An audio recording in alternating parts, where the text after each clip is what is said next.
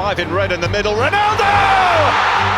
তারকায় ঠাসা স্কোয়াড, মাঝমাঠ থেকে শুরু করে রক্ষণভাগ ও আক্রমণ ভাগ, প্রায় প্রতিটি পজিশনেই বিশ্বমানের ফুটবলার। তবুও বড় মঞ্চে কেন বারবার থেমে যায় পর্তুগাল?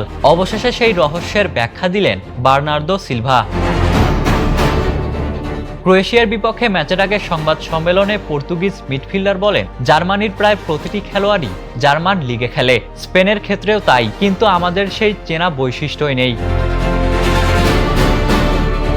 সিলভার মতে সমস্যার মূল কারণ প্রতিভার অভাব নয়, বরং পর্তুগিজ ক্লাবগুলোর আর্থিক সীমাবদ্ধতা।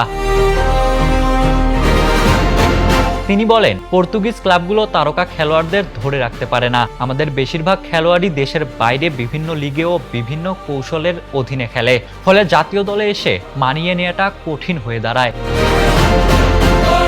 তবে এই চ্যালেঞ্জকে অজুহাত বানাতে নারাজ সিলভা। তিনি বলেন, আমাদের কখনো এমন কোনো সুনির্দিষ্ট স্টাইল ছিল না, তবে বিশ্বকাপ শুধু এই বিষয়ের ওপর নির্ভর করে না। গ্রুপ পর্বের শীর্ষে উঠতে না পারলেও আত্মবিশ্বাস হারাচ্ছে না পর্তুগাল। সিলভার কণ্ঠে তাই দৃঢ় প্রত্যয়। তিনি বলেন, কোনো সন্দেহ ছাড়াই আমরা ট্রফি জিততে পারি, সেই বিশ্বাস না থাকলে আমরা এখানে আসতামই না।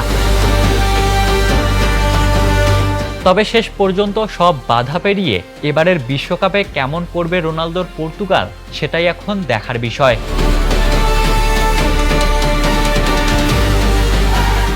Ishtiaq Mahin, the news. দেশে দেশে সবার সাথে দ্য নিউজ।